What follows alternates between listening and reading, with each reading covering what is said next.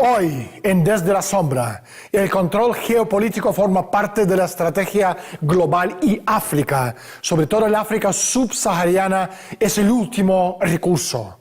El continente negro dispone de mayores recursos naturales aún sin explotar y Estados Unidos se verá obligado a enfrentarse a Europa, Rusia y China por el control de estos recursos naturales. La sangre ha llegado al río y esto augura una batalla campal por la supervivencia.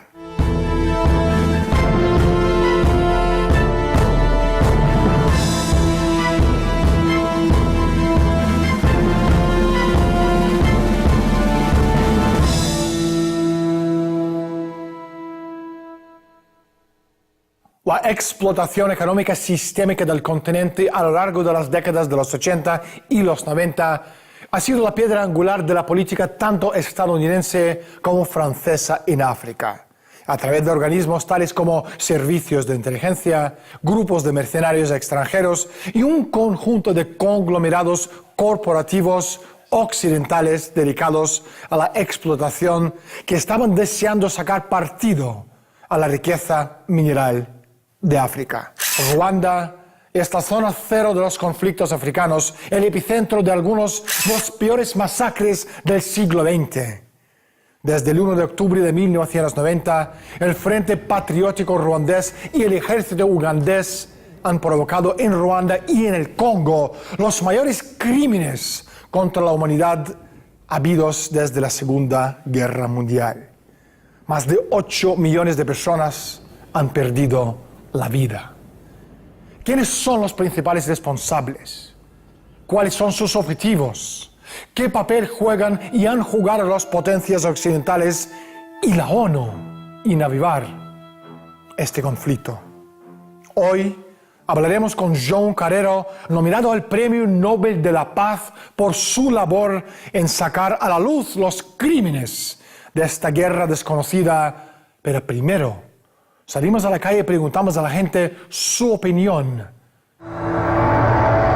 Como 20 o así. Creo que 20 y tanto. 5, 6, 7. No los he contado, pero sé que hay más de 20. Como 40. 12, 13. Entre 60 y 80. Costa de Marfil, Congo, Uganda, Marruecos, Argelia. Marruecos. Hay también dos países ahí que se llaman muy parecidos. Yemen. El Congo, Nigeria y Camerún. Pues Sudáfrica, Tanganica y Kenia. Bueno, Guinea Ecuatorial, por ejemplo. Ghana y Camerún. No tengo ni idea. Eso es un cantador, ¿no? Un cantante. Pues supongo que es algún presidente de algún país africano. Jugador de ajedrez. Un deportista americano. Ese ni idea. Tiene que ser un tío raro, ¿eh? João Carreiro, atacado y demonizado por la ONU por atrever de denunciar los crímenes contra la humanidad. Sus denuncias sentaron en el banquillo a la cúpula militar del gobierno de Paul Kagame y puso en tremendas dificultades a los gobiernos de Washington y Londres. John, bienvenido al programa. ¿Cuál es el trasfondo del conflicto Tutsi-Hutu? Durante siglos, la realeza, la aristocracia Tutsi, había tenido un dominio que era casi un régimen de esclavitud, en ciertos momentos sobre la gran mayoría campesina Hutu. Todo eso condicionó un proceso que culminó en el año 59, 60, 61, con lo que se ha llamado la Revolución Hutu. Fueron tomando conciencia la mayoría de sus derechos.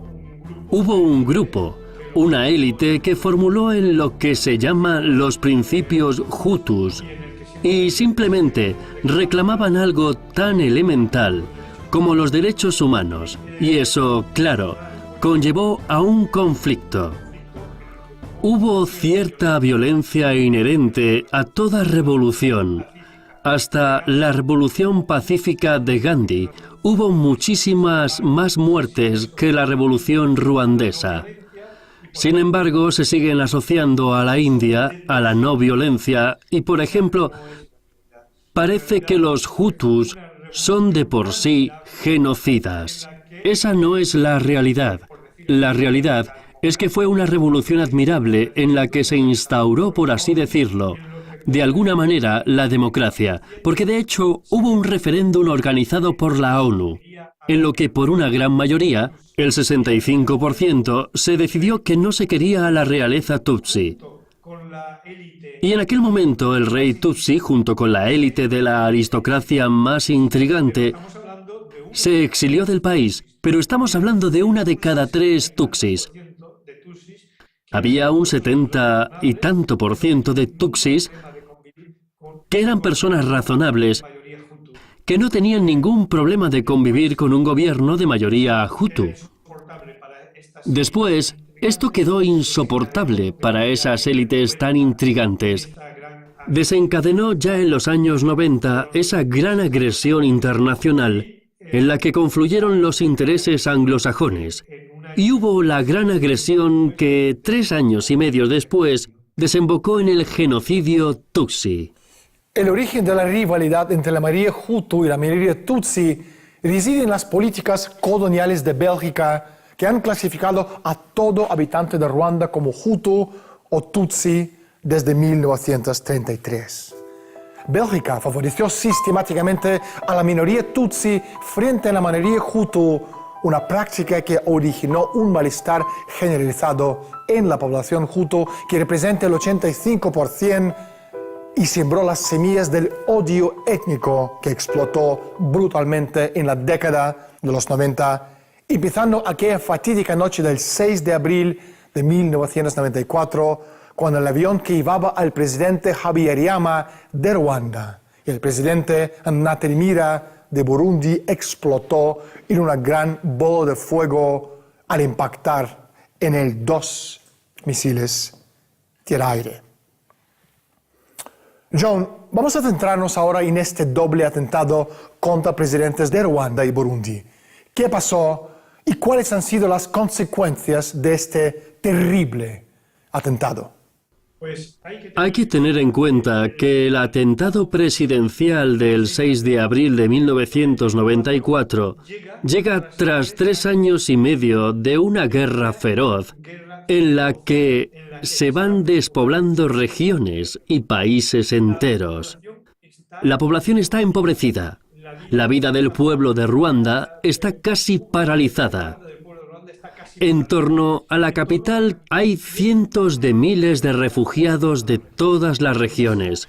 Y en ese momento, en el que hay tantísimo resentimiento, porque se está destrozando la vida de tantas familias y del pueblo de Ruanda, en ese momento se asesina nada menos que al padre de la patria, al presidente Habyarimana, que viajaba junto con el presidente de Burundi, también Hutu, con el equipo de pilotaje de avión presidencial, los 3 franceses y toda la cúpula militar de Ruanda, y algún máximo cargo del gobierno de Burundi.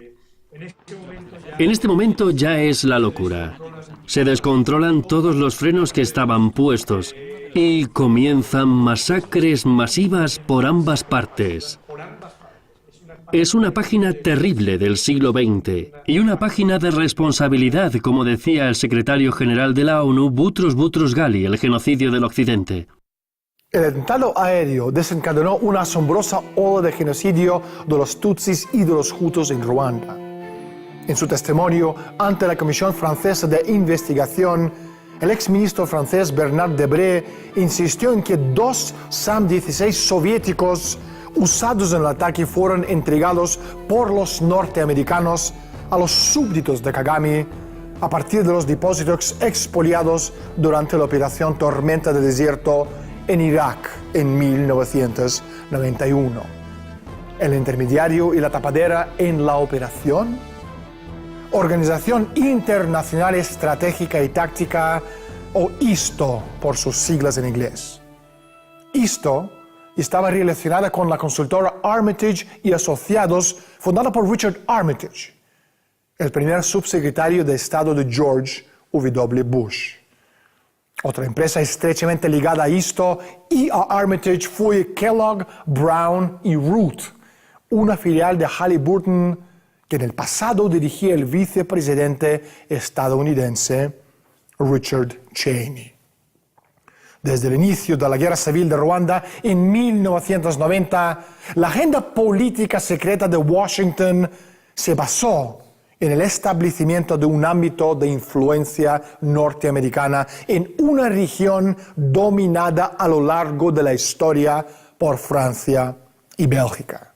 Sin embargo, para poder llevar a cabo una operación de tal envergadura, Estados Unidos necesitaba su propio hombre de paja. Su nombre, Paul Kagame. John, ¿quién es Paul Kagame y qué papel ha jugado en este conflicto? Paul Kagame es un descendiente de esa aristocracia más intrigante que fue formado por los Estados Unidos en sus escuelas militares y volvió con una misión muy clara: liderar los intereses anglosajones en la región. Mira, solamente un dato muy significativo. El pequeño país de Ruanda, de tamaño de Cataluña, tiene en la actualidad, no en el momento en que Kagame y su Frente Patriótico Ruandés invadieron Ruanda, sino ahora, en este momento, tiene un ejército descomunal. 150.000 hombres entre regulares e irregulares.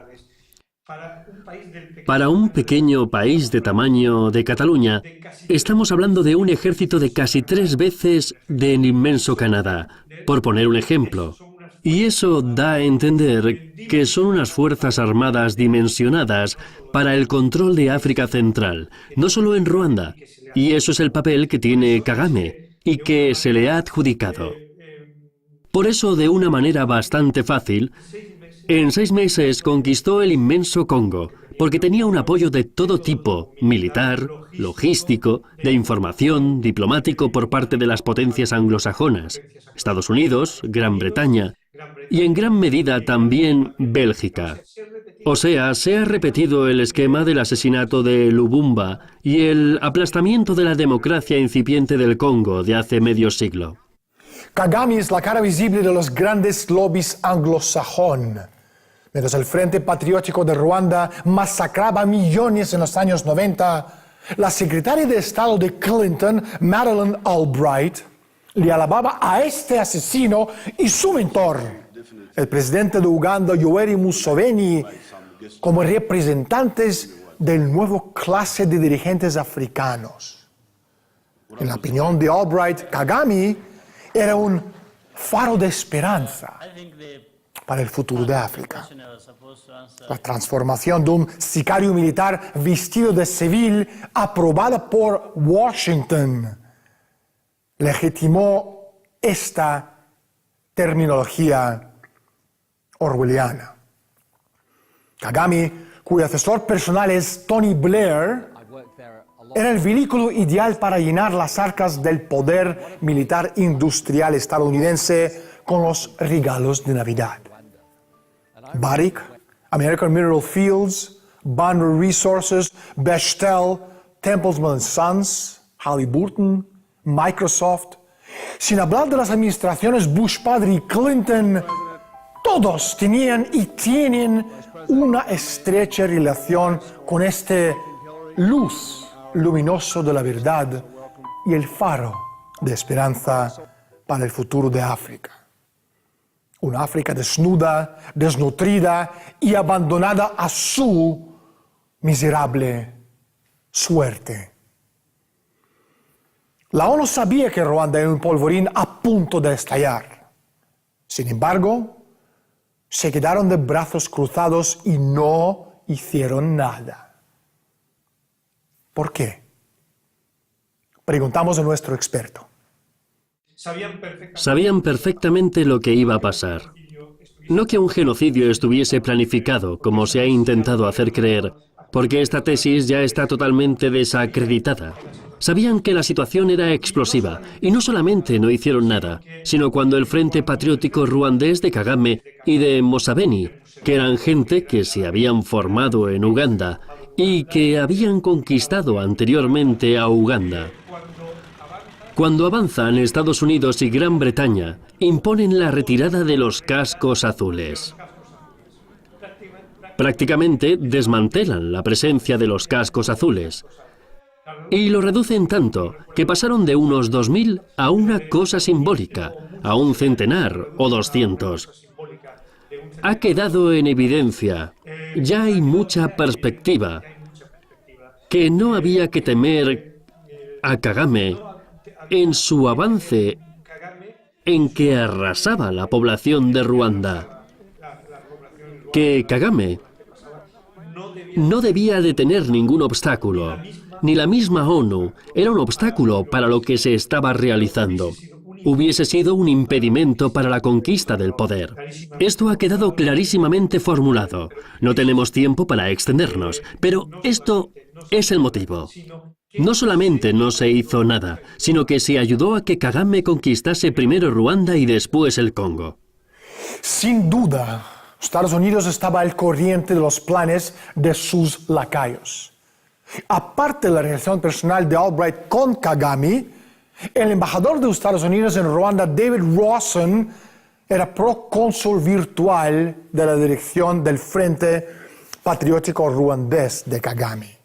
Además, los servicios secretos franceses le filtraron la información al exiliado rey de Ruanda, Kigeli V.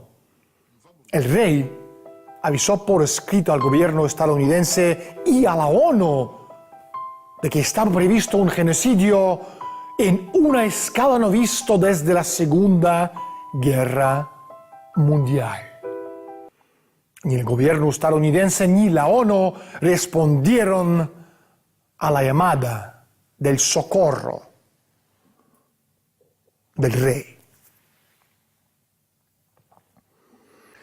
Secretario General de la ONU, Boutros Ghali, afirmó que el genocidio ruandés fue responsabilidad anglosajona al 100%.